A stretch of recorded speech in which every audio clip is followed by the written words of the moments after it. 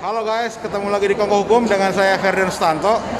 Saya sedang di PN Pusat dan kebetulan ketemu kawan lama saya namanya Bang Desmen Rahmatia. Nah, ini dia Bang Desmen. Ya, halo. Ini dia Bang Desmen yang tampan tuh. Tutup dong, nggak enak ini. Oh iya. Kan corona. Corona ya. Ya. Aduh, corona ya. Iya, jadi ngomong-ngomong Bang Desmen di sini apa lagi menangin nih kasus apa nih Bang Desmen? Oh iya, makasih Bang Ferdi. Udah ada Kongko Hukum ya. Iya. Secara kebetulan saya lagi di PN Jakarta Pusat.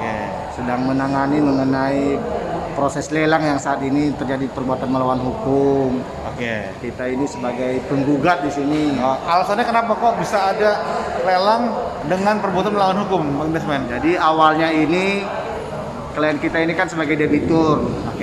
Jadi dia lalai lah terhadap salah satu bank yang ada di Jakarta. Si bank ini melakukan pelelangan secara hak tanggungan dan itu tidak laku. Setelah tidak laku, Sebentar dulu Bang Desmen. Biasanya sebelum mengajukan di lelang itu kan ada pemberitahuan lelang. Itu gimana? Jadi pada saat lelang pertama, kedua, dan ketiga itu dilakukan pemberitahuan. Itu dilakukan oleh bank. Setelah tidak laku objek lelang, maka si bank melakukan pengalihan piutang melalui cesi personal. Oh gitu. Nah, di dalam itulah yang menjadi titik permasalahan. Mulai ada titik permasalahan di situ. Nah kemudian sebelum ada gugatan, adakah komunikasi, musyawarah atau mediasi dari klien Bang Desmen kepada bank tertentu itu, Bang? Kita sudah beberapa kali meminta surat restrukturisasi sampai kita menawarkan opsi-opsi penyelesaian pun, tapi tidak ditolak. Pihak bank menolak.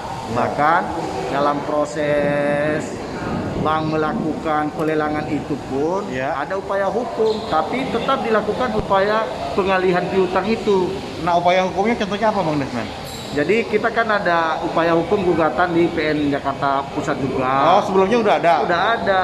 Berarti yang kedua ini, gugatan yang baru ini adalah bantahan lelang? Bukan. Jadi yang pertama itu kan hanya para pihaknya antara kita dengan bank, karena kan belum ada pengalihan cesi.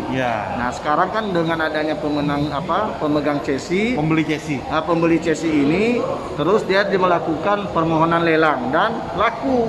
Oh gitu. Ada pemenang lelang sekarang nih Bang. Nah, kalau menurut pendapat hukum Bang Desmen, jadi kira-kira apa yang sekiranya perbuatan melawan hukum apa yang dilakukan oleh yang Bang Desmen gugat ini? Ya, kalau kita lihat materinya kan perbuatan melawan hukum itu 1365. Maka unsurnya itu kan ada perbuatan melawan hukum, salah satu unsurnya. Nah, terkait dengan perbuatan melawan hukum apa yang dilakukan oleh para tergugat ini, salah satunya adalah proses pengalihan cesi itu karena perjanjian kredit itu tidak melakukan musyawarah untuk mufakat. Yang kedua adalah KJPP. Pada saat itu apa ya? Biar itu Kongko Hukum juga paham juga nih. Oh iya. KJPP itu kepanjangan dari konsultan jasa penilai publik. Jadi dia kalau misalnya melakukan lelang itu harus namanya appraisal. Ada appraisal ya. Appraisal. Berapa nilai pasar. Terus berapa nilai likuidasi, berapa limitnya. Nah, pada saat pembeli cesi ini melakukan appraisal, si appraisal ini tidak melakukan investigasi secara mendalam. Jadi dia nggak masuk di dalam gedung kita, hanya dari luar foto-foto begini-begini. Nggak selektif ya? Nggak selektif, jadi tidak profesional dong. Terus nilai yang dia keluarkan, yang dia terbitkan itu hanya 40% dari nilai yang sebelumnya. Misalnya contohnya ada 100M, dia nilai hanya 40M. Jadi itu udah luar biasa. Padahal berdasarkan undang-undang OJK itu itu nggak boleh dibawa likuidasi. Itu kan nggak boleh nilai likuidasi. Ini nilai likuidasinya berapa nih Bang Desmen? Wah itu rahasia Bos. Itu udah masuk materi perkara. Memang itulah namanya advokat ya. Sebetulnya advokat dan kebetulan saya juga advokat juga. Jadi memang harus menjaga rahasia klien. Ada hak retensinya lah. Ada hak privasi. Kalau retensi hak untuk megang dokumen, Bos. Nah, kemudian setelah itu gimana Bang Desmen? Jadi dengan adanya ini kan kita melakukan upaya hukum supaya kan jaminan terhadap kita ini tetap kita pertahankan. Dan kita memohon supaya ini dibatalkan proses lelang. Apabila lelang pun harus dinilai secara wajar. Jadi kita nggak ada keberatan terhadap upaya hukum apapun. Jadi jangan kita sampai dizolimi lah terhadap proses hukum ini. Maka dengan adanya kita equality before the law.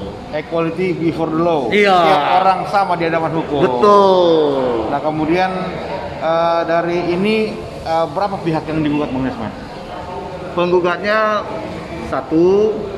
Terus para tergugat dulu 4. Oh banyak ya? Ya, dan turut tergugat 2. Jadi semua 6. 7 pihak dengan penggugat. Ya, begitu. Nah dalam itu apa namanya alasan telah dimasukkan semua ya? Ya, jadi semua dalil-dalil kita tuangkan di dalam positanya. Terus kita juga minta provisinya supaya ada tindakan pendahuluan dan petitumnya juga, Bang. Gitu. Nah harapannya apa nih Bang Desmond terhadap gugatan ini Bang Desmond? Ya pertama kita mohon kepada yang mulia majelis ini kan supaya mengabulkan seluruh gugatan kita. Yang kedua adalah bahwa cicilan ini yang selama ini kita udah bayar itu diakui menjadi pengurangan utang kita dari utang secara keseluruhan secara ya. keseluruhan. Yang ketiga itu membatalkan proses lelang ini.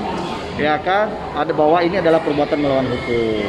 Cacat ya. Nah, dan kita mohon para turut tergugat dihukum untuk mentaati, patuh dan taat terhadap isi putusan. Jangan nanti para turut tergugat juga tidak mau mengikuti atau mematuhi. Duangsomnya ada kan di duangsom? Ada duangsom ada. Duangsom itu adalah uang paksa jika yang dikalahkan ini agar tunduk dan patuh menjalankan putusan. Apabila tidak tunduk dan patuh menjalankan putusan, maka ada biaya uang paksa. Ya. Dan di dalam permohonan kita ini juga kita minta supaya ini bisa dilakukan sesegera mungkin, walaupun ada verzet, kasasi maupun peninjauan kembali dan upaya-upaya hukum yang lain. With forbar, putusan serta merta. Betul, karena ini udah jelas onreh mati kedat. Asik. Itu namanya perbuatan melawan hukum. Onreh mati kedat. Itu dia. Bang Desmond jago juga nih bahasa Belandanya. Emang harus begitu. Oke, kalau gitu makasih Bang Desmond kokoh hukumnya. Semoga kokoh hukum ini juga mempunyai manfaat untuk masyarakat yang ingin mengetahui hukum. Jangan lupa like, comment, share, and subscribe. Ya, terima kasih untuk channel Kongko Hukum. Semoga terus jaya. Oke, makasih Bang Desmond. Sama-sama Bang Ferdi. Thank you.